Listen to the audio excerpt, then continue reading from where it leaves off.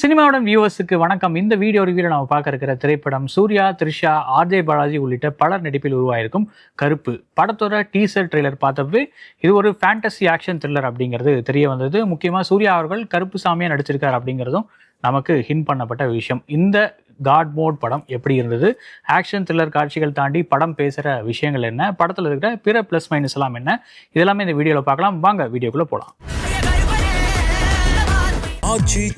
எந்த சமையலும் ருசி தேடும் ரகசியம் 20 ரூபாய்.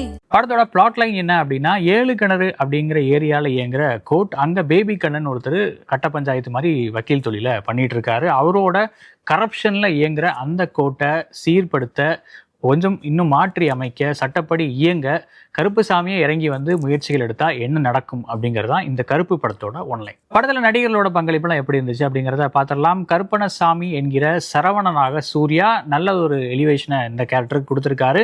அவரோட அந்த மாஸ் காட்சிகள் சிறப்பாகவே ஒர்க் அவுட் ஆயிருக்கு. அதுக்கு அவரோட பெர்ஃபார்மன்ஸும் முக்கிய காரணம். ஸ்டண்ட் காட்சிகளுக்கு ஒரு பேருழைப்பையும் போட்டிருக்காரு. அது தியேட்டரில் பார்க்குறப்ப அவ்வளோ ஒரு நல்ல ஒரு எக்ஸ்பீரியன்ஸாக இருந்தது. பஞ்சஸ் ஒவ்வொன்றும் பர்ஃபெக்டாக லேண்ட் ஆயிருக்கு. அங்கங்கே வர சில எமோஷனல் காட்சிகளையும் தன்னால் முடிஞ்சது சிறப்பாகவே பண்ணியிருக்காரு. ரொம்ப நாளைக்கு அப்புறம் ஒரு ஃபுல் என்டர்டைன்மெண்ட் மோட்ல அவரை பார்க்கறது இன்னுமே ஒரு செலிப்ரேஷனாக இருந்தது அப்படின்னு சொல்லலாம். படத்தோட நாயகியாக பிரீத்தி அப்படிங்கிற கேரக்டர்ல த்ரிஷா ஃபர்ஸ்ட் ஹாஃப்ல கொஞ்சம் ஹீரோவுக்கு ஹைப் பண்ற டிபிக்கல் ஹீரோயின் கேரக்டரா ஃபீல் ஆனாலும் செகண்ட் ஹாஃப்ல நல்லது ஒரு கேரக்டராக அவங்களுக்கு டெவலப் ஆயிருக்கு. அதை வச்சு நல்ல ஒரு சீன்ஸும் எழுதியிருக்காங்க. அதுக்கு அவங்களும் நேர்த்தியான ஒரு பங்களிப்பை கொடுத்துருக்காங்க. சின்மயி அவங்களோட டப்பிங்கும் நல்லாவே ஷூட் ஆயிருக்கு. படத்தோட பிரதான வில்லன் பேபி கண்ணனா ஆர்ஜே பாலாஜி இப்படி ஒரு டார்க் ஷேடு கேரக்டரை தனக்கு கன்வீனியன்டான மோட்ல, ரொம்ப கம்ஃபர்டபுளான மோட்ல அப்ரோச் பண்ணியிருக்காரு. அது ஓரளவு படத்தில் நல்லாவே ஒர்க் அவுட் ஆயிருக்கு. அதுவும் ஒரு பொய் சொல்ற ட்ரை பண்ணுவார் கோர்ட்டுக்குள்ள. அந்த சீன்ல அவரோட ஆக்டிங் நல்லாவே இருந்தது. இன்ஃபேக்ட் அது லேயர் மாதிரியான ஜிம் கேரி படங்கள்லேருந்து ஒரு ரெஃபரன்ஸா இருந்தாலும் அதுல தன்னோட மோட்ல ஒரு அப்ரோச் கொடுத்திருந்தாரு. அது நல்லாவே ஒர்க் அவுட் ஆயிருந்தது. அதே மாதிரி சாமிக்கு சவால் விடுற சீன்லேருந்து நிறைய பஞ்ச் டைலாக்ஸும் இவருக்கு நல்லாவே கிளிக் ஆயிருக்கு. இந்த மோடுக்கு, அதாவது இந்த கேரக்டருக்கு நல்லது ஒரு பெர்ஃபார்மன்ஸ் கொடுத்திருக்காரு ஆர்ஜேபி. மலையாள சீனியர் ஆக்டரான இந்திரன்ஸ், அவரோட மகளா அனகா மாயா ரவி, இவங்க 2 பேர் தான் படத்தோட எமோஷனல் கோர். இன்ஃபேக்ட் ஃபர்ஸ்ட் 30-40 மினிட்ஸே இவங்களோட கேரக்டர் டிபெண்ட் பண்ணி தான் இருக்கு. இவங்களோட கேரக்டர்ஸ் நம்பி தான் அந்த பேஸே செட் பண்றாங்க. அதை புரிஞ்சுக்கிட்டு நல்ல ஒரு பெர்ஃபார்மன்ஸை கொடுத்துருக்காங்க. குறிப்பா இந்திரன்ஸ் அவங்களோட எக்ஸ்பீரியன்ஸ் ஒரு மாஸ்டர் கிளாஸ் இந்த படத்துல நல்லாவே வெளிப்பட்டிருக்கு. நகையை தூக்கி போட்டு எமோஷனலா அவர் பேசுற காட்சிகள்லாம் நம்மளே கலங்கடிக்கிற மாதிரி தான் இருந்தது. படத்தோட எமோஷனல் க்ளோர் கிளிக் ஆயிருக்கிறதுக்கு இவங்களோட பெர்ஃபார்மன்ஸ் தான் ரீசன். இவங்களை தாண்டி நிறைய சப்போர்ட்டிங் கேரக்டர்ஸ்ல நட்டி சுப்பிரமணியம், ஸ்வாசிகா, சிவதா, மன்சூர் அலிகான், ருலுசபா மாறன்னு பல பேர் வந்துட்டு போறாங்க. இவங்க எல்லாருமே அங்கங்க திரையை நிறைய யூஸ் பண்ணியிருக்காங்க. அவங்களோட கேரக்டர்ஸ்க்கும் அங்கங்க ஒரு பங்களிப்பு கொடுக்கப்பட்டிருக்கு. அதை அவங்க சிறப்பாகவே பண்ணியிருக்காங்க. படத்தோட பாசிட்டிவ்ஸ் என்ன அப்படிங்கிறத பார்த்தலாம். ரொம்ப நாளைக்கு அப்புறம் ஒரு மாஸ் மசாலா மூவி, அதுல ஒரு ஆக்ஷன் ஃபேண்டசி ட்விஸ்டையும் சேர்த்து ப்ரெசென்ட் பண்ண ட்ரை பண்ணியிருக்காரு டைரக்டர் ஆர்ஜே பாலாஜி. படத்தோட ஃபர்ஸ்ட் ஹாஃபுக்கு அந்த எமோஷனல் கோர் செட் ஆக கொஞ்சம் டைம் எடுத்துக்கிறாரு. இன்ஃபேக்ட் அந்த ஒரிஜினல் ஸ்டோரிக்கு இம்பார்ட்டன்ஸ் கொடுத்து இந்த மாதிரி எலிவேஷன் சீன்ஸ் எல்லாம் அப்புறமா வச்சுக்கிட்டு இந்த எமோஷனலை ஃபர்ஸ்ட் அட்ரஸ் பண்ணுவோன்னு பண்ணது ஆரோக்கியமான விஷயம். அது இந்த படத்துக்கு நல்ல சப்போர்ட்டாக ஒர்க் அவுட் ஆயிருக்கு. படத்தோட பீக் ஹை மொமெண்ட்னா என்னை பொறுத்த வரைக்கும் இன்ட்ரோல் பிளாக் தான். நல்லது ஒரு ஆக்ஷன் கொரியோகிராஃபி, டெக்னிக்கலாகவும் நல்லது ஒரு அவுட்புட்டை டெலிவர் பண்ணியிருக்காங்க. சூர்யாவோட உழைப்பு, அந்த ஸ்டண்ட் டீமோட உழைப்புக்கு நிச்சயமா அப்ரிசியேஷன்ஸ். அந்த சீன் மாதிரியே இன்னும் நிறைய சீன் செகண்ட் ஹாஃப்ல வந்தாலும் அந்த இன்டர்வல் பிளாக் சீனை ட்ரம்ப் பண்ண முடியல அப்படிங்கிறது ஒரு நோட் பண்ண வேண்டிய விஷயம். அந்த சீனுக்கு நிச்சயமா அப்ளாஸ்.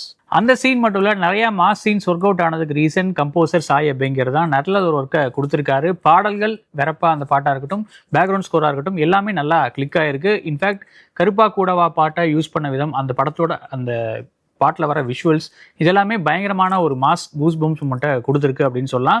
அண்ட் இந்த படத்தில் காட் மோட்ல போனது சூர்யா மட்டும் இல்லை, சாய் அபேங்கர் அப்படின்னு கூட சொல்லலாம். பட் ஒரு சில இடங்களில் மிக்சிங் கொஞ்சம் பிரச்சனையாக இருந்த ஒரு ஃபீல் இருக்குது. நிறைய இடங்களில் அந்த மாஸ் மியூசிக் பர்ஃபெக்டாக லேண்ட் ஆகலையோ அப்படிங்கிற ஒரு ஃபீல் இருக்குது. நிறைய இடங்களில் டைலாக்ஸும் கேட்க முடியாத ஒரு உணர்வு இருந்துச்சு.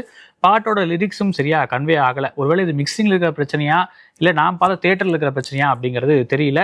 உங்களுக்கு அந்த ஃபீல் இருந்ததா அப்படிங்கிறத கமெண்ட்ல சொல்லுங்க. அண்ட் இதை தாண்டி செகண்ட் ஹாஃப்ல வர சில ஃபேன்ஃபேர் மொமெண்ட்ஸ் தேட்டரிக்கெலாம் நல்லா கிளிக் ஆயிருக்கு. வேற கேரக்டர்ஸோட ரெஃபரன்ஸ், அதை இந்த கதைக்குள்ள கொண்டு வந்த விதம், இதெல்லாமே தேட்டரில் பார்க்க நல்லா இருக்கு. பட் இதே ஃபீல் ஓடிடியில் கிளிக் ஆகுமா அப்படின்னு கேட்டால் அது ஒரு கொஸ்டின் மார்க் தான். படத்தில் இதெல்லாம் பெட்டராக இருந்திருக்கலாம் அப்படிங்கிறத பார்த்துடலாம். ரைட்டிங்காகவே சில லாஜிக்கல் கேள்விகள் எட்டி பார்க்குது. அதாவது நீங்கள் வந்து ஒரு ஆம்னி பொட்டன் கார்டு, அதாவது அந்த கடவுளால் எல்லாமே முடியும் அப்படின்னு எஸ்டாப்ளிஷ் பண்ணிட்டீங்கனாலே இந்த லாஜிக் கேள்விகள் எட்டி பார்க்க தான் செய்யும். அதாவது அவளால் எல்லாமே முடியுங்கிறப்ப இது ஏன் முன்னாடியே பண்ணல அப்படிங்கிற ஒரு கொஸ்டின் எட்டி பார்க்கும். இது இந்த படத்தில் மட்டும் இல்லை, பல சாமி படங்களில் நாம் வைக்க வேண்டிய ஒரு கேள்வி தான். அதே பிரச்சனை இங்கேயும் இருக்கு. அதை அட்ரஸ் பண்ற மாதிரி ஒரு சின்ன லாஜிக் லூப் போல வச்சிருந்தாங்க. பட் அந்த இடத்துல இன்னும் எக்ஸ்ப்ளோர் பண்ணிருக்கலாம், அந்த விஷயத்தை இன்னும் கொஞ்சம் டிராவல் பண்ணிருக்கலாம். அப்படி பண்ணாம எகைன் இந்த ஃபேண்டசி மோடுக்குள்ளேயே டிராவல் ஆனது இந்த கேள்வியை இன்னும் ஸ்ட்ராங் ஆக்கியிருக்கு. இந்த ரைட்டிங் பிரச்சனைனால என்ன இஷ்யூ வருது அப்படின்னா, நீங்க வந்து ஆல் பவர்ஃபுல் கார்டுன்னு காட்டிட்டு அவர் வந்து ஒரு அண்டர் பிளே பண்ற விஷயங்களை காட்டுறப்போ அது வந்து பெரிய எஃபெக்ட் இல்லாம போக வாய்ப்புண்டு. அதே பிரச்சனை தான் இந்த படத்துல நடந்திருக்கு. இன்ஃபேக்ட் ஒரு இடத்துல ஒரு சின்ன இந்த காட் விசஸ் ஹியூமன் கான்ஃபிளிக்டை வந்து ஹியூமன் விசஸ் ஹியூமன் கான்ஃபிளிக்ட் அப்படிங்கிற மாதிரி அணுக ட்ரை பண்றாங்க. அதே மோட்ல கதை டிராவல் ஆயிருக்கலாம். பட் அகைன் ஃபேண்டசி மோடுக்குள்ள படம் போக ஆரம்பிச்சிருது. அப்போ அகைன் இந்த லாஜிக் பிரச்சனை எட்டி பார்க்க ஆரம்பிக்குது. செகண்ட் ஹாஃப்ல வர சில தியேட்ரிக்கல் மொமெண்ட்ஸ், மற்ற கேரக்டர்ஸோட ரெஃபரன்ஸ் நல்லா கிளிக் ஆயிருந்ததுன்னு சொன்னேன் இல்லையா, அது ஒரு கட்டத்தில் ரொம்ப அதீதமா போறப்போ திகட்ட ஆரம்பிச்சிருது. படத்துல ஒரிஜினலா வேற என்ன ரைட்டிங் இருக்கு அப்படின்னு நம்ம தேட ஆரம்பிச்சிடறோம். அது ஒரு மைனஸா நான் ஃபீல் பண்றேன். அண்ட் இதெல்லாம் சேர்ந்து ஒரு கட்டத்தில் இது சீரியஸான ஸ்பூஃப் படமா அப்படிங்கிற ஒரு கேள்விக்கு நம்மளை கொண்டு போய் விட்டுருது. அதை லாஜிக்கை கொஞ்சம் பெட்டராக அணுகியிருக்கலாம். இந்த மாதிரியான ஒரு ஃபீல் வராமல் தவிர்க்க அதை கொஞ்சம் இன்னும் அண்டர் பிளே பண்ணியிருக்கலாம்.